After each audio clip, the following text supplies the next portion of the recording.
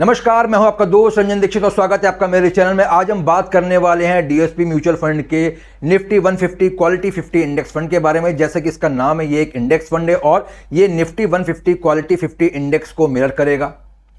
इस फंड को बेहतर समझने के लिए पहले इसके इंडेक्स को समझना बेहद जरूरी है, क्योंकि इसका जो पेरेंट इंडेक्स है वो निफ्टी 150 है और इसमें से टॉप 50, अब ये टॉप 50 जो है, इनको चूज करने के लिए हर कंपनी को कुछ क्वालिटी स्कोर्स दिए जाते हैं और उन क्वालिटी स्कोर्स के बेसिस पर जो टॉप 50 स्टॉक्स आते हैं उन्हीं को इस इंडेक्स में शामिल किया जाएगा। क्वालिटी स्कोर्स कैसे दिए जाते हैं और किन लोगों को इस फंड में निवेश करना चाहिए वो मैं आपको इस प्रेजेंटेशन के बाद बताऊंगा। तो चलिए एक नजर डाल लेते हैं इस प्रेजेंटेशन की तरफ। तो चलिए एक नजर डालते हैं DSP Nifty mid cap 150 quality 50 index fund की प्रेजेंटेशन की तरफ। यहां पर मैंने Nifty mid cap 150 versus Nifty mid cap 150 quality 50 index के सेक्टर रिप्रेजेंटेशन को आपको दिखाया है। यहां पर जो निफ्टी मिड कैप 150 उसके टॉप 3 सेक्टर जो हैं वो 40.06% हैं, जबकि Nifty mid cap 150 quality 50 index के जो टॉप 3 सेक्टर्स हैं वो 47.93% हैं। यहाँ पर अगर आप ध्यान दें तो कैपिटल गुड्स जो है उस पर 18.55% का वेट है, हेल्थ केयर का 14.99% का, केमिकल्स का 14.39% का, जबकि जो निफ्टी मिड कैप 150 है उसमें फाइनेंशियल सर्विसेज पर सबसे ज्यादा वेट है 16.48 और कैपिटल गुड्स पर 13.89। हालांकि निफ्टी मिड कैप 150 ज्यादा डाइवर्सिफाइड है in comparison to Nifty mid cap 150 quality 50 index.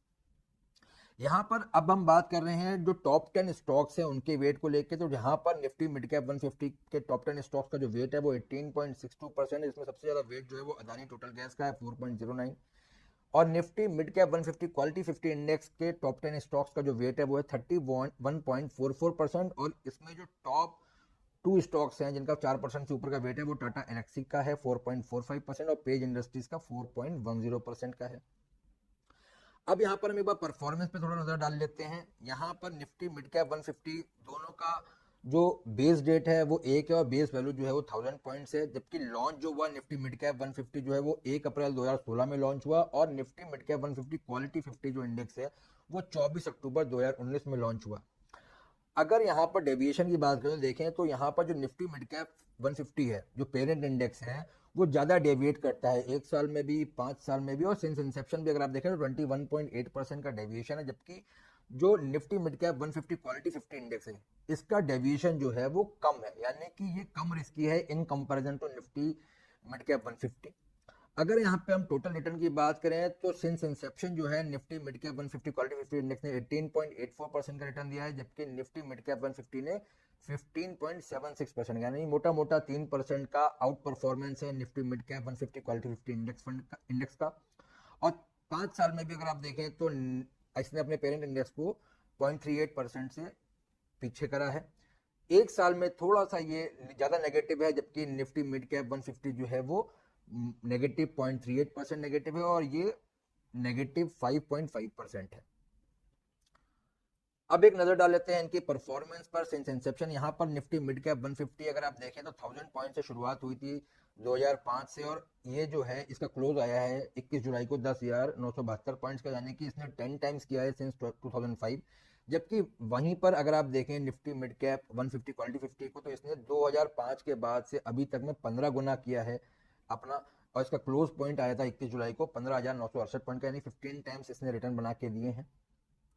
ये जो है वो टॉप 50 जो कॉन्स्टिट्यूएंट्स हैं निफ्टी मिड कैप 150 क्वालिटी के, वो ये टॉप 50 कॉन्स्टिट्यूएंट्स हैं, जिसमें कि टॉप पर है 3M India, AIA engineering limited, APL Apollo tubes limited, AU small finance bank limited, Abbott India limited, Ajanta pharmaceuticals. ऐसे ही ये टॉप 50 स्टॉक्स हैं जो इस इंडेक्स को फॉर्म करते हैं। अब आप बात कर लेते हैं कि why quality within mid cap. अगर मैं क्वालिटी की बात करूं तो जैसे कि हमने देखा कि जो ये अपना पेरेंट इंडेक्स से देखें तो कम डेविएट कर रहा है और आउट परफॉर्मेंस है, तो क्वालिटी की बेसिस पर अगर आप देखें तो 18.8% का दिखा रहा है यहाँ पर निफ्टी मिड कैप क्वालिटी 50 और यहाँ पर जो मिड कैप 150 है उसका 15.8%, यानी क्लियरली अगर आप देखेंगे तो आउट परफॉर्म किया है। और पिछले 17 कैलेंडर ईयर में 11 कैलेंडर ईयर्स में इसने अपने पेरेंट इंडेक्स से आउट परफॉर्म किया, बेटर परफॉर्मेंस दिए in comparison to Nifty mid cap 150। अब यहाँ पे परफॉर्मेंस देख लेते हैं वेरियस मार्केट साइकिल्स में, यानी बुल साइकिल में, बियर साइकिल में और फ्लैट साइकिल में। तो अगर हम पहले बुल साइकिल की बात करें तो एक्टिव मिड कैप फंड्स के मुकाबले भी देखा जाए तो इसने आउट परफॉर्म किया है। यहाँ पर खाली एक बार है जब यहाँ पर एक्टिव फंड जो है इसने 128% का रिटर्न दिया है, इसने 116%, जबकि अगर आप यहाँ देखें फरवरी 16 से जनवरी 2018 में 75% का रिटर्न दिया, जबकि एक्टिव ने 54% का और निफ्टी मिड कैप 150 ने 73% का। अगर अप्रैल 2005 से दिसंबर 2007 की बात करें तो निफ्टी मिड कैप 150 ने 165% का, निफ्टी मिड कैप 150 228% का और एक्टिव फंड ने 210% का रिटर्न दिया। अप्रैल 2009 से अक्टूबर 2010 की बात करें 223% का, ये एब्सोल्यूट रिटर्न है, एनुअलाइज नहीं है। निफ्टी मिड कैप 150 में 187% और एक्टिव फंड ने 164% का दिया है। बियर साइकिल की बात करें तो बियर साइकिल में अगर आप देखें तो निफ्टी मिड कैप 150 के तुलना में ये कम गिरा है। यहाँ पर निफ्टी मिड कैप 150 ने जनवरी 2008 से फरवरी 2009 के बीच नेगेटिव 70% का रिटर्न दिया, जबकि इसने नेगेटिव 56% का रिटर्न दिया। नवंबर 2010 से दिसंबर 2011 में देखें तो 37% का नेगेटिव रिटर्न रहा है निफ्टी मिड कैप 150 का और इसने 26% का नेगेटिव रिटर्न दिया है। और एक्टिव फंड्स के मुकाबले भी देखें तो अच्छा परफॉर्मेंस है। फ्लैट साइकिल में भी इसने बेहतर परफॉर्म करके दिया है, जैसे कि नवंबर 2010 से अप्रैल 2014 में अगर आप देखेंगे तो एक्टिव फंड्स और निफ्टी मिड कैप अपने पेरेंट इंडेक्स से बेहतर 23% का रिटर्न बना के दिया है। और जुलाई 18 से फरवरी 2020 में भी अगर आप देखें तो आउट परफॉर्म किया है अपने पेरेंट इंडेक्स को, जबकि एक्टिव मिड कैप के ऑलमोस्ट करीब रहा है। इस फंड के फंड मैनेजर हैं मिस्टर अनिल गहलानी जी और मिस्टर दीपेश शाह जी, और इस फंड में आप मिनिमम 500 रुपए से लमसम या एसआईपी के माध्यम से निवेश शुरू कर सकते हैं। तो चलिए अब बात करते हैं कि टॉप 50 कंपनीज का चुनाव करते वक्त किन क्वालिटी स्कोर्स को देखा जाता है। क्वालिटी स्कोर्स के जो पैरामीटर हैं उसमें रिटर्न ऑन इक्विटी महत्व रखता है, financial leverage, financial services companies को हटाने के बाद जो कंपनीज बचती हैं उनका फाइनेंशियल लीवरेज चेक किया जाता है। पिछले 5 वित्तीय वर्षों में कंपनीज के अर्निंग पर शेयर में क्या बदलाव हुआ है, क्या परिवर्तन हुआ है वो देखा जाता है। और ऐसी कंपनी जिनका अर्निंग पर शेयर पिछले 6 सालों में नेगेटिव रहा होता है उन कंपनियों को सिलेक्शन के लिए योग्य माना ही नहीं जाता है। अब बात आती है कि इस इंडेक्स में जो वेट है किसी भी कंपनी का उसको किस तरीके से डिसाइड किया जाता है। तो पहले मैं आपको बताता चलूं कि इसमें किसी भी कंपनी का जो वेट है वो 5% से ऊपर का नहीं होता है। और बाकी वेट के लिए क्या करा जाता है कि इसमें क्वालिटी स्कोर और फ्री फ्लोट मार्केट कैपिटलाइजेशन दोनों के कॉम्बिनेशन को इस्तेमाल करके वेट डिसाइड किया जाता है। अब बात करते हैं कि किन लोगों को इस फंड में निवेश करना चाहिए। देखिए ये जो फंड है ये एक मिड कैप कैटेगरी का फंड है।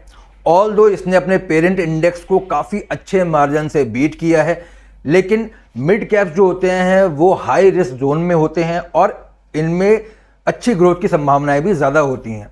तो ऐसे फंड में केवल उन्हीं लोगों को निवेश करना चाहिए जिनके पास पर्याप्त समय बाकी है अपने लक्ष्यों की पूर्ति के लिए, यानी कम से कम 7 साल जो फंड में बने रह सकते हैं, जो एक्सपीरियंस हैं, जिनको मार्केट के बारे में समझ है, या फिर उनके पास कोई एक्सपर्ट एडवाइज़र है जो उनको एडवाइस देता रहता हो। ज़्यादा बेहतर यह है कि आप यहाँ पर एसआईपी के माध्यम से निवेश करें और लंबे समय तक आप फंड के अंदर बने रहें और शॉर्ट टर्म की वॉलेटिलिटी यानी कि उतार चढ़ाव को अगर आप बर्दाश्त कर सकते हैं तभी आप इस फंड में निवेश करने के बारे में सोचें। उम्मीद है कि आप अच्छे तरीके से निवेश करेंगे, सही निर्णय लेंगे। अगर आपके मन में कोई भी सवाल हो इस फंड से जुड़ा हुआ या किसी भी प्रकार के म्यूचुअल फंड से जुड़ा हुआ तो please type in the comment box में, आपके सवालों का जवाब ज़रूर दूंगा। उम्मीद है आपको वीडियो पसंद आया होगा। Thank you.